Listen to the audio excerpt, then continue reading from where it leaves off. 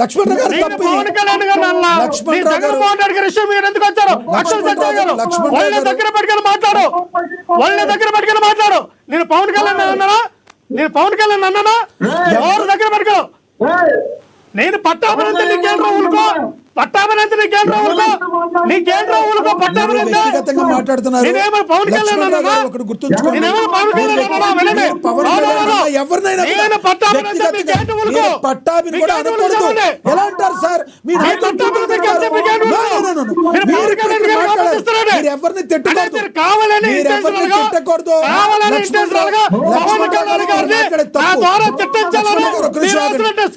దయచేసి ఆగండి, దయచేసి ఆగండి. లక్ష్మణ్ రావు తిట్టించాలనే కదా లక్ష్మణ్ రావు గారు సమయం పాటించండి.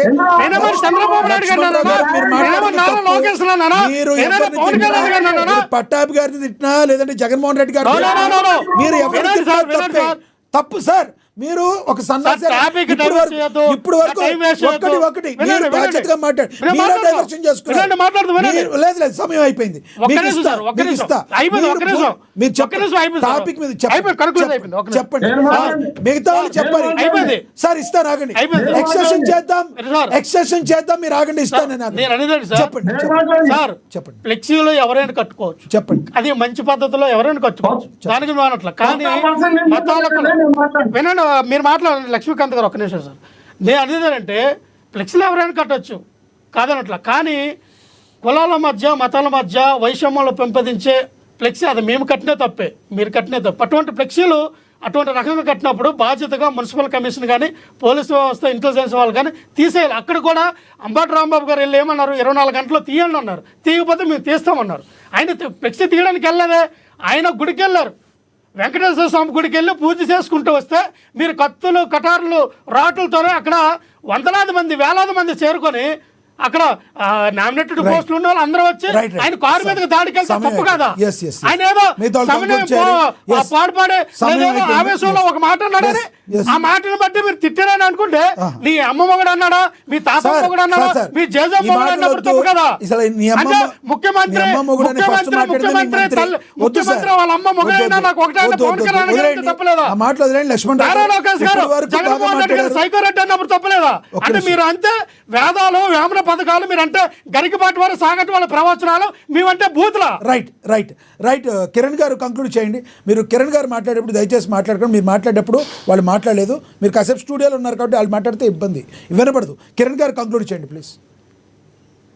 సార్, పట్టాభి గారిని బూతులు తిట్టాడని ఇప్పుడు జగన్మోహన్ రెడ్డిని చార్లెస్ శోభరాజు అనో లేదు ఇంకో మాట అనో అనే అంత కాదు. మీరేదో మమ్మల్ని తిట్టినంత మాత్రాన ఇప్పుడు ఎట్లా అయిపోయింది అధికార అదే ఈ ప్యానలిస్టులకి అధికార ప్రతినిధిగా జస్ట్ ప్యానలిస్ట్ ఏ విధంగా అయితే అంతకుముందు ఒక అతను ఇష్టం వచ్చేట అదే విధంగా మేము కూడా బూతులు తిడతాం, మమ్మల్ని కూడా అరెస్ట్ చేయండి, మేము కూడా నాయకులు అయిపోదాం అనే ప్రయత్నాలు చేస్తా ఉన్నారు. అందుకే చిమ్మచిమ్మలాడుతా ఉంది. ఇష్టం వచ్చినట్టు బూతులు మాట్లాడితే నన్ను గుర్తించండి, నేను బాగా బూతులు తిడుతున్నాను. ఎందుకంటే వాళ్ళ నాయకుడికి బూతులు అవసరం.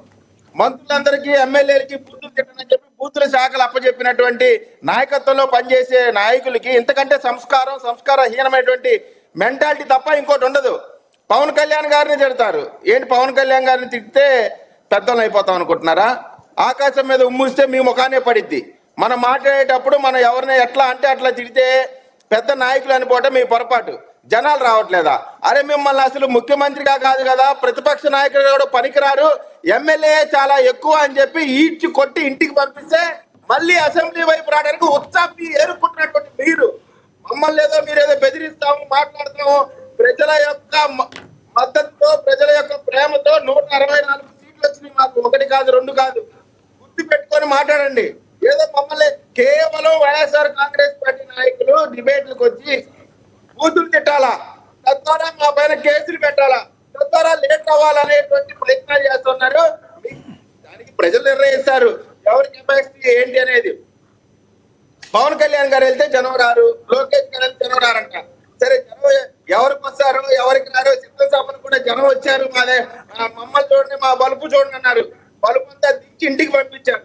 కాబట్టి ఇప్పటికైనా సరే లక్ష్మణ్ అయినా లేదు ఇంకోళ్ళు ఎవరైనా సరే మనం ప్యానల్ గా కూర్చున్నప్పుడు బూతులు మాట్లాడడం ద్వారా లీడర్ అవుదాం అనుకుంటే అది అయ్యేటువంటి పరిస్థితి లేదు. ప్రజలు మిమ్మల్ని యాక్సెప్ట్ అవ్వచ్చేమో, మీ నాయకుడికి బూతులు తిట్టడం ఇష్టం కాబట్టి మీ నాయకుడికి నచ్చొచ్చేమో, ప్రజలకి నచ్చదు. ప్రజలకు నచ్చడం ద్వారా మాత్రమే రాజకీయ నాయకులు ఎదుగుతారు తప్ప మీ నాయకుడి కోసం, మీ నాయకుడి మెప్పు కోసం ఎదుటి పార్టీ వాళ్ళని బూతులు తిట్టేటువంటి సంస్కారం ఎప్పటికైనా మానుకుంటే మంచిది. మన ఈ విధంగానే కదా అంబటి రాంబాబు కూడా జగన్మోహన్ రెడ్డి గారిని సాటిస్ఫై చేయడం కోసం బూతులు తిట్టాడు. ఏమైంది? చివరికి మా ప్రభుత్వం అస్త కష్టాలు పడి అతన్ని కాపాడాల్సినటువంటి పరిస్థితి వచ్చింది.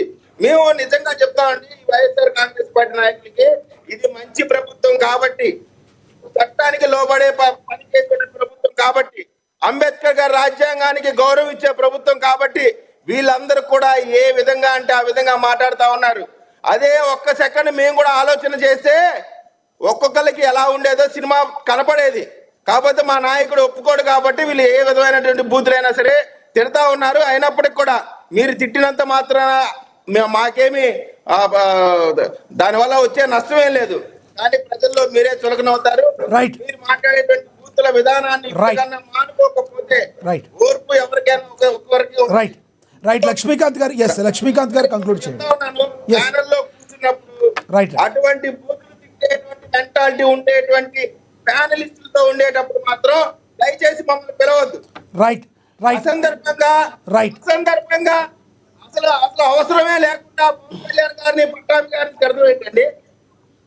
ఏంటి అంటే దానివల్ల ఏం మెసేజ్ అనుకుంటున్నారు? ఎవరైనా సంయమనం పాటించాలి కిరణ్ గారు, ఎవరైనా కూడా సంయమనం పాటించాలి. ఎవరు తిట్టినా తిట్లే, ఒక్క మాట ఎవరు తిట్టినా తిట్లే.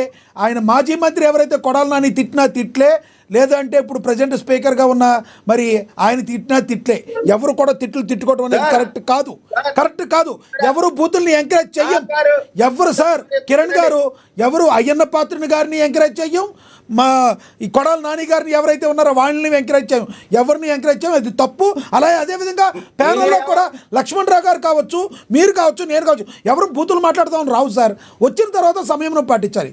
ఎవరన్నా బూతులు మాట్లాడని ఎవరిని పిలుస్తామా? ఎవరు పిలవం. వచ్చిన తర్వాత లక్ష్మణ్ రావు గారు, అదే సార్ లక్ష్మణ్ రావు గారికైనా నేను చెప్పేది, ఎవరు ముందు బూతులు మాట్లాడితే వాళ్ళకే చెప్తున్నా. లక్ష్మణ్ రావు గారేనా, నేను అనేది చెప్తున్నా. ఎవరైనా కూడా బూతులు అనేవి ఆపాలి. మనల్ని బాధ్యతగా తీసుకుని చూసుకునే వాళ్ళు ప్రజలు ఉంటారు కాబట్టి కంపల్సరీ బూతులు మాట్లాడుతూ ఆపేయాలి. ఎవరు బూతులు మాట్లాడాలని చెప్పి మేము ప్యానల్కి పిలము. ఇంకొకటి, మన బాధ్యతగా అందరం వ్యవహరిస్తాం. మనల్ని జనాలు చూస్తున్నారు. అదే మన జనసేన నాయకుడు ఉన్నప్పుడే ఇతను బూతులు మాట్లాడు. నేను ముందరే చెప్పాను, అటువంటి విధానం ఉండే పని అయితే మాత్రం అది మంచి విధానంగా ప్రజల్లోకి పోదని. కరెక్ట్ అది మీరు చెప్పింది కరెక్ట్.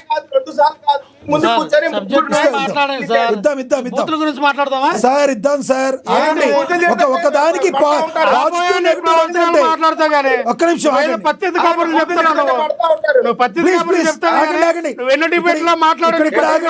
విజయ్ కిరణ్ గారు,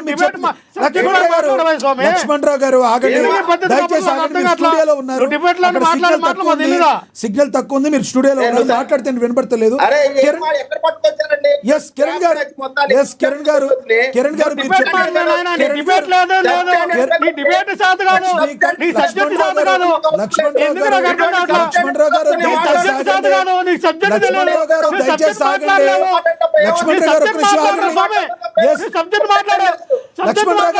వాళ్ళు ఏం మాట్లాడాలో మీరు ఆగండి.